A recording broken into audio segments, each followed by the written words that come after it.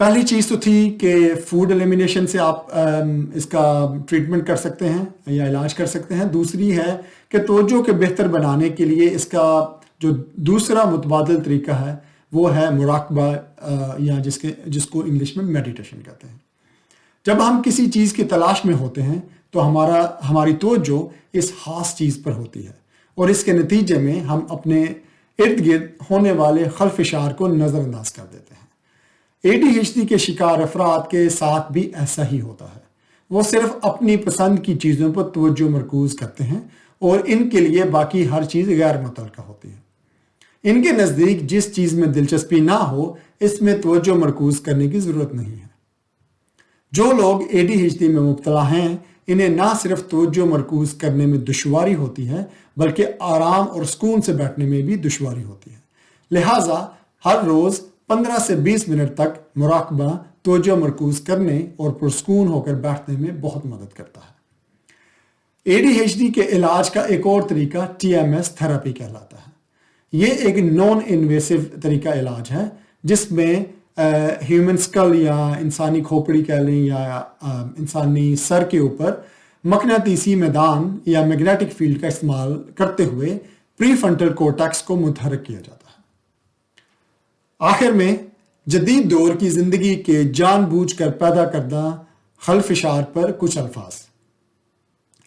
Gadgets, smart phones اور tablets وغیرہ. پوری انسانی تاریخ میں کبھی ایسا وقت نہیں آیا جب ہم پر اتنی زیادہ معلومات کی بمباری کی گئی ہو یا بوچھاڑ کی گئی ہو. معلومات ہمیشہ سے ہی موجود رہی ہیں جب سے اس دنیا کا آغاز ہوا ہے. انسانی نسل کو کبھی بھی اتنے کم وقت میں اتنی زیادہ معلومات کو استعمال کرنے پر مجبور نہیں کیا گیا تھا. لوگ نئی معلومات حاصل کرنے اور علم کے حصول کے لیے سینکڑوں میل کا سفر کیا کرتے تھے. جس شخص کے پاس اسمارٹ فون موجود ہو جدید ٹیکنالوجی کی مدد سے سیکنڈوں میں لاکھوں معلومات اس کی ہتھیلی میں آ سکتی ہیں. اگر ہمیں ان معلومات تک رسائی حاصل ہو تو یہ کوئی بری بات نہیں ہے، لیکن ہمارے مسابقتی اور متجسس ذہن ہمیں الفاظ، تصویروں اور فلمی کلپس کی شکل میں جدید ایپس کے صفحات در صفحات کو سوائپ کرنے پہ مجبور کرتے ہیں. ہمارے دماغوں پر اس کے اثرات نقصان دہ ہیں. ہمارے دماغ ہماری زندگی کی اہم چیزوں پر توجہ مرکوز کرنا بھول رہے ہیں اور انہیں توجہ مرکوز کرنے میں مشکلات کا سامنا ہے. یہ صرف ADHD کے شکار افراد کے لیے ہی بری خبر نہیں بلکہ ان لوگوں کے لیے بھی اتنی ہی بری خبر ہے جو اس کا شکار نہیں ہے. 2014 کے ایک مطالعہ یا کلینکل اسٹڈی نے تجویز کیا کہ نوجوانوں کو اپنے اسمارٹ فون کے استعمال کو 24 گھنٹے میں صرف 60 منٹ یعنی 1 گھنٹے تک محدود کرنے کی ضرورت ہے تاکہ وہ روزمرہ کی زندگی کے اہم کاموں پر توجہ مرکوز کر سکیں. بدقسمتی سے ہم اسکول کے بچوں کو اسکول جانے اور واپس آنے کے دوران اپنے موبائل فون میں مشغول دیکھتے ہیں. بچے دوسری سرگرمیوں کے مقابلے میں ان پر زیادہ وقت گزارتے ہیں. اس سے دماغی صحت کے مسائل کی وبا پھیل رہی ہے. آخر میں رات کی اچھی نیند، جسمانی سرگرمی اور غذائیت سے بھرپور غذا کی اہمیت کی یاد دہانی کراتا چلو. ان کی اہمیت سے کوئی انکار نہیں کر سکتا. والدین کی شکایت جس کا میں نے ویڈیو کے آغاز میں ذکر کیا تھا، اس کے 2 حل ہیں. پہلا، بچوں کی خوراک میں چینی کا بیجا استعمال کم کریں، اور دوسرا، جو بچے ADHD میں مبتلا ہیں ان کے والدین کو کسی قابل معالج سے مشورہ کرنے کی ضرورت ہے. اگر آپ دماغ کے حصوں کے بارے میں مزید معلومات میں دلچسپی رکھتے ہیں تو میری ویڈیو برین اناٹمی اور اٹس فنکشن دیکھ سکتے ہیں جس کا لنک اس ویڈیو کی ڈسکرپشن میں ہے. اس کے علاوہ میں نے تذکرہ کیا تھا میڈیٹیشن کا یا مراقبے کا، اس پہ بھی میری انگلش میں ویڈیو ہے میڈیٹیشن پہ، جو کہ اگر آپ انٹرسٹڈ ہوں تو آپ دیکھ سکتے ہیں. اگر آج کا ٹاپک آپ کو دلچسپ لگا ہو تو اپنے دوستوں سے شیئر کر سکتے ہیں اور اس چینل کو سبسکرائب بھی کر سکتے ہیں. آپ اس ویڈیو کے بارے میں اپنی رائے دینے کے لیے کمنٹ سیکشن میں اپنی رائے کا اظہار بھی کر سکتے ہیں. شکریہ. For more information on parts of the brain mentioned in this session, please watch my video on this topic. If you prefer watching this video in English, you can watch on my English channel. The link is in the channel section. Thanks for watching.